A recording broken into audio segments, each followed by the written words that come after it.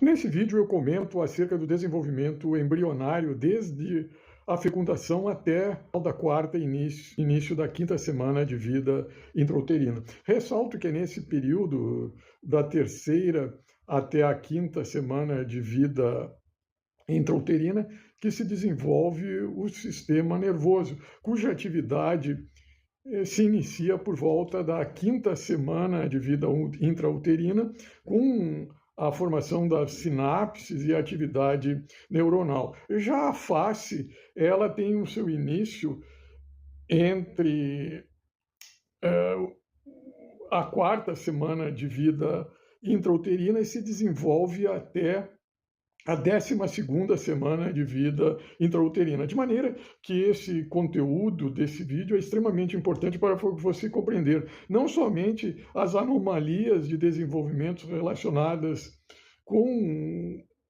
o crânio e a face, mas também para você compreender a polêmica essa que envolve o aborto, seja no contexto biológico, seja no contexto jurídico, em que esse conhecimento biológico é extremamente importante para você se posicionar relativamente a esse assunto.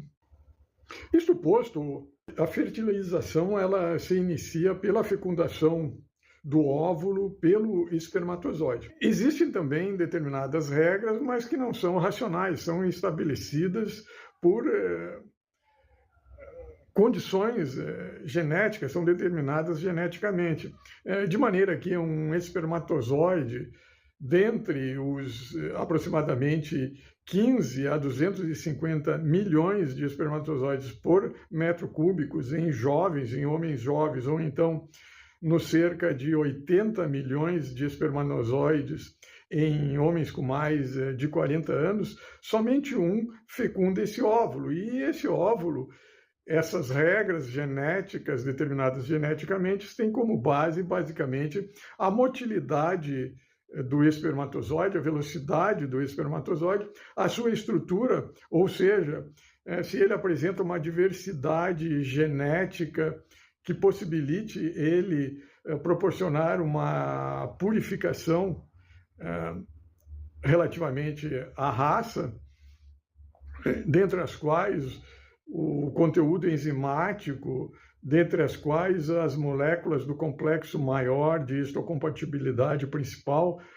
receptores para agentes quimiotáticos, o conteúdo mitocondrial capaz de proporcionar energia para que ele fertilize esse óvulo, são regras genéticas que determinam que um dentre esses milhões de espermatozoides que são depositados na vagina feminina ou nas proximidades da vagina feminina consiga fertilizar esse óvulo. E, basicamente, essa fertilização se dá pela ligação do acrossomo do espermatozoide em um receptor localizado na zona pelúcida do óvulo, denominado ZP3, que, ao se encaixar no acrossoma do espermatozoide, esse receptor faz com que esse conjunto de receptor e acrossoma se ligue à membrana plasmática de maneira a impedir que os outros espermatozoides penetrem nesse óvulo. Assim, o acrossoma do espermatozoide unido ao seu receptor se liga na membrana plasmática do óvulo de maneira que essa ligação possibilita a passagem do espermatozoide para o interior do óvulo, sendo que uma célula haploide, o espermatozoide, conjuntamente com outra célula haploide, o óvulo, vão formar uma célula diploide com 46 cromossomas, adquiridos 23 cromossomas do pai e 23 cromossomas da mãe. Célula essa que se denomina zigoto, que após sofrer divisões mitóticas, sofre clivagem, originando a mórula, que é uma estrutura constituída por 16 a 32 células, cujas células centrais sofrem uma degeneração, formando uma cavidade constituída por células periféricas, denominadas de trofoblasto, e as células centrais que dão origem ao embrião. denominada blastocisto. Essa estrutura ela se forma lá pelo quarto, quinto dia de vida intrauterina, de maneira que o embrião continua a sofrer divisões mitóticas, de maneira que em torno da terceira semana de vida intrauterina, a placa neural ou placoides neurais, que são estruturas constituídas pelas três camadas, uma estrutura em placa, semelhante a essa folha, que é constituída por três camadas, uma camada ectodérmica, uma camada mesodérmica e uma camada endodérmica, em que a camada ectodérmica, ela era assim, ela passa a ser assim, ela invagina, ela forma um sulco, ela forma uma depressão em direção ao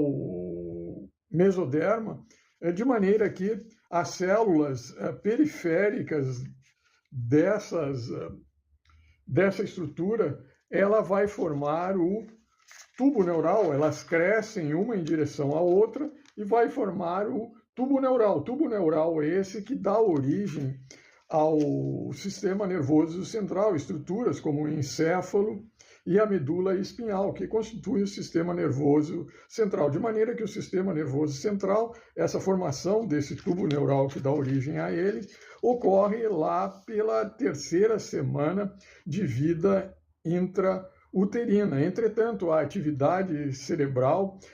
ela só se estabelece por volta da quinta semana de vida intrauterina, ou seja, lá pelo 35º dia de gestação. De maneira que esse é um dado importante porque ele é um marco da formação do ser humano. Porquanto, se a morte é atestada pela interrupção da atividade cerebral, logicamente, o início do ser humano, a formação do ser humano, ela ocorre, melhor dizendo, em torno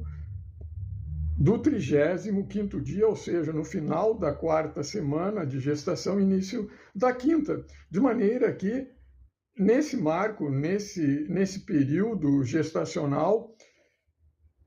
a mulher, ela perde, sob a minha óptica, ela perde aquele direito de gerir sobre o seu próprio corpo, em detrimento de duas leis,